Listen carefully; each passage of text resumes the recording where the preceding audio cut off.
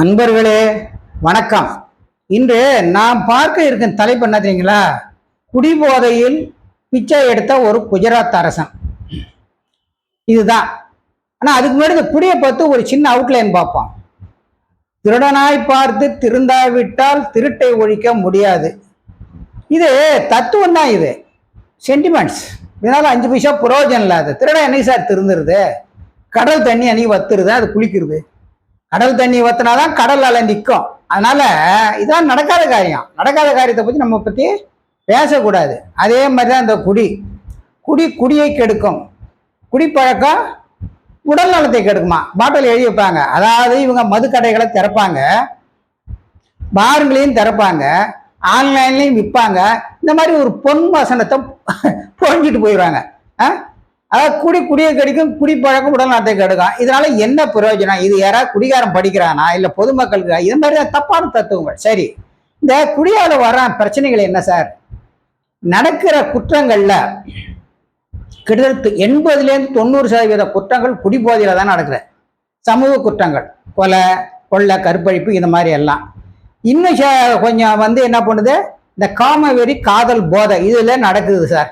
அந்த பணம் பொருளுக்கு சில குற்றங்கள். ஆக இதுக்கு எல்லாம் பார்த்தீங்கன்னா குடியா காரணமா இருக்கும். சில வருஷங்களுக்கு முன்னாடி எனக்கு நண்பர்கள் நிறைய பேர் போலீஸ்ல இருந்தாங்க. அதுல ஒருத்தர் ஒரு ஏசி சார். அவரு சொல்லிட்டு இருந்த விஷயத்த உங்ககிட்ட சொல்றேன். அதாவது அவரு அப்பெல்லாம் ஐஜிங்கிற போஸ்ட் தான் தமிழ்நாட்டுக்கு நம்பர் 1 போலீஸ்ல. டிஜிபிலாம் இப்பதான் வந்திருக்கு. அந்த ஐஜி போலீஸ் ஸ்டேஷன் வராருன்னு ஒரு பெரிய விஷயம் இல்லைங்களா? என்னன்னா, வட சென்னையை கலக்கிட்டு இருந்த ஒரு ரவுடி பிடிச்சி வச்சாங்களாம். அவனை பார்க்க வர்றாரு அவர்.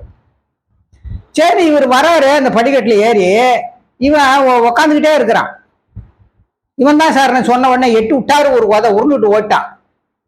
இவர் உருண்டுட்டு ஓடி அடுத்த ஸ்டெப் வைக்கல. அவர் 2 காலையும் எட்டி பிடிச்சிக்கிட்டான். அவன் மாதிரி நவுந்து வந்து, ஐயா சாமி, நான் குடிச்சாதாங்க இதெல்லாம் செய்வேன். இப்போ எனக்கு சத்து இல்லை. 3 நாளாக போலீஸ்காரங்க ஒன்றும் வாங்கி கொடுக்கல. ஏதாவது பார்த்து கருணை பார்த்து எனக்கு கொஞ்சம் வாங்கி ஊற்றி விடுங்க, நான் உண்மையெல்லாம் சொல்லிடுறேன்னா. ஐஜி கீழே இருக்கிறவங்கள பார்க்குறாரு. அதுக்கப்புறம் அவனுக்கு ஊற்றி கொடுக்குறாங்க. ஏதோ இங்கேருந்து புஷ் வந்து அப்புறம் அவன் உண்மையெல்லாம் சொல்கிறான். எதுக்கு சொல்கிறேன்னா, சும்மா சார் வெத்து பயிலுங்க, ஒரு கத்தியை கையில் வச்சுக்குவான், கொஞ்சம் பிடிப்பான். அவனை இந்த புகுடங்கள்லாம் இருக்கு பார்த்தீங்களா, அவனை அந்த பேட்டரை அப்படி இவன் இப்படி உற்பத்தி பண்ணுறதான் அவனெல்லாம். ரைட்டுங்களா? சரி, அதனால இப்போ குடியால் ஒன்றும் பிரச்சனை வரலன்னு அர்த்தம் இல்லை. இப்போ எனக்கு கவுன்சிலிங்கும் வருவாங்க. கணவன் மனைவி ஜோடியாக வராங்க. அவங்க என்ன சொல்லுவாங்க தெரியுங்களா? கல்யாணம் ஆச்சு, இவ்வளோ நாளாச்சு, இன்னுங்க அது நடக்கவே இல்லை. ஆனால் அந்த ஆள் இப்படி ஒன்று நடக்காத இருக்கிறத பற்றி அவன் கண்டுக்காமல் இருப்பான். ஏன்னா அது கொடுமை. அந்த பெண்கள் நல்ல பெண்கள், கொஞ்சம் நிறையா படிச்சிருப்பாங்க. சரி, நம்ம இந்த கவுன்சிலிங் மூலியமா திருத்த முடியுமா பார்ப்போம்ட்டு.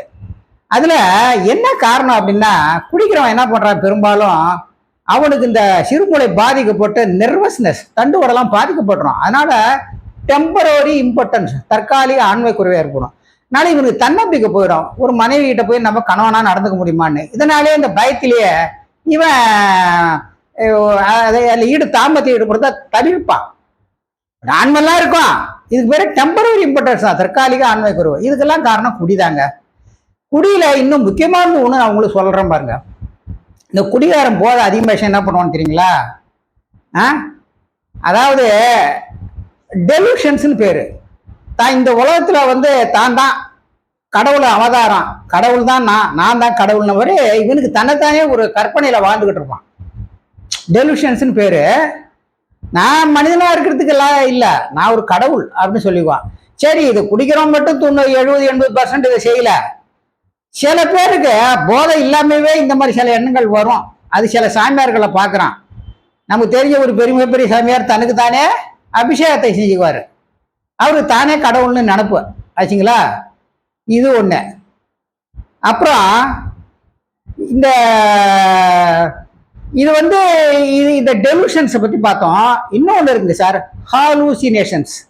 ஹாலூசினேஷன்ஸ்னா கிட்டத்தட்ட டெலூஷன் மாதிரி தான். ஆனால் இவர் தான் பிறருக்கு தெரியாதெல்லாம் தனக்கு தெரியும்னு சொல்லுவார்.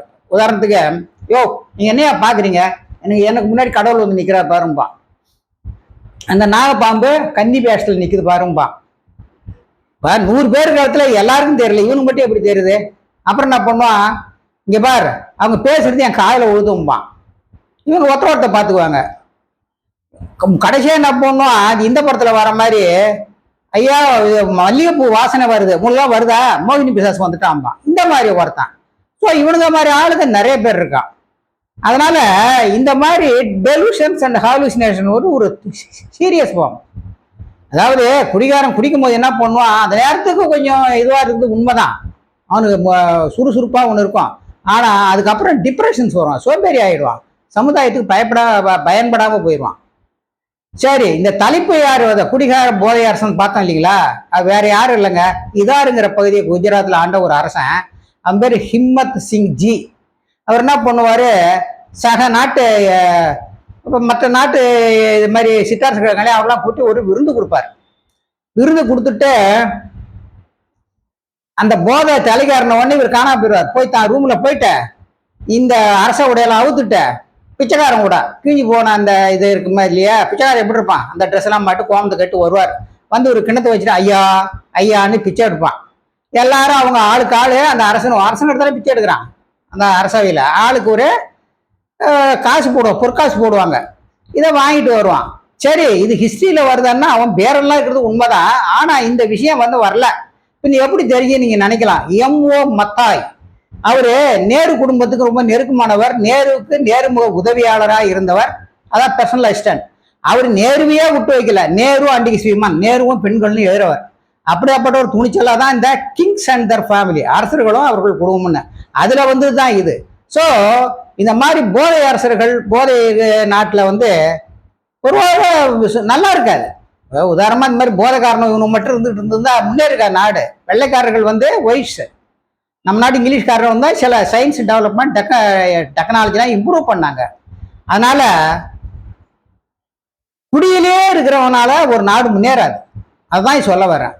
புரிஞ்ச வரைக்கும் அரசாங்கம் இந்த குடி போதையிலன்னு தெளிகிறதுக்கு முடிஞ்ச வரைக்கும் குடிகளில் அவாய்ட் பண்ணுவேன் வழியா இந்த மாதிரி ஆன்லைன் ட்ரேடு, அந்த ட்ரேடு, இந்த ட்ரேடை விற்று இளைஞர்களை பாழடிக்க வேண்டாம் என்று கேட்டுக்கொள்கிறேன். நன்றி, வணக்கம்.